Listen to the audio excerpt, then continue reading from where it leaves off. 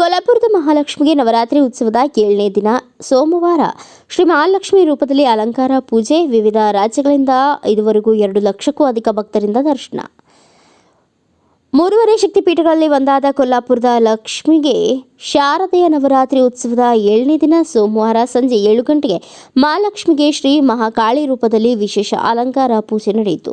ಪ್ರಸಕ್ತ ವರ್ಷ ನವರಾತ್ರಿ ಉತ್ಸವದಲ್ಲಿ ಕೊಲ್ಲಾಪುರದ ಮಹಾಲಕ್ಷ್ಮಿಗೆ 11 ವಿವಿಧ ರೂಪಗಳಲ್ಲಿ ಅಲಂಕಾರ ಪೂಜೆ ನಡೆಯಲಿದ್ದು, ಉತ್ಸವದ 7ನೇ ದಿನವೂ 50,000ಕ್ಕೂ ಅಧಿಕ ಭಕ್ತರು ಆಗಮಿಸಿದ್ದು, ಇದುವರೆಗೂ ಕರ್ನಾಟಕ, ಮಹಾರಾಷ್ಟ್ರ, ಗೋವಾ, ಆಂಧ್ರ ಸೇರಿದಂತೆ ವಿವಿಧ ರಾಜ್ಯಗಳಿಂದ 2 ಲಕ್ಷಕ್ಕೂ ಅಧಿಕ ಭಕ್ತರು ಸರದಿಯಲ್ಲಿ ನಿಂತು ದೇವಿಯ ದರ್ಶನ ಪಡೆದಿದ್ದಾರೆ ಎಂದು ಮಹಾಲಕ್ಷ್ಮಿ ದೇವಸ್ಥಾನ ಕಮಿಟಿ ತಿಳಿಸಿದೆ. ಭಕ್ತರ ಅನುಕೂಲಕ್ಕಾಗಿ ದೇವಸ್ಥಾನ ಕಮಿಟಿ ವತಿಯಿಂದ ಮಂದಿರದಲ್ಲಿ ಕುಡಿಯುವ ನೀರಿನ ವ್ಯವಸ್ಥೆ, ಉಚಿತ ಪ್ರಸಾದ ವ್ಯವಸ್ಥೆ ಮಾಡಲಾಗಿದೆ.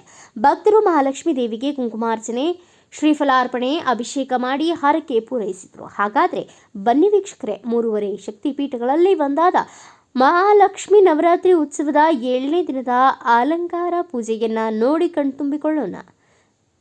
Bureau report, Mahaveera Chinchane, BB5 news, Nippani.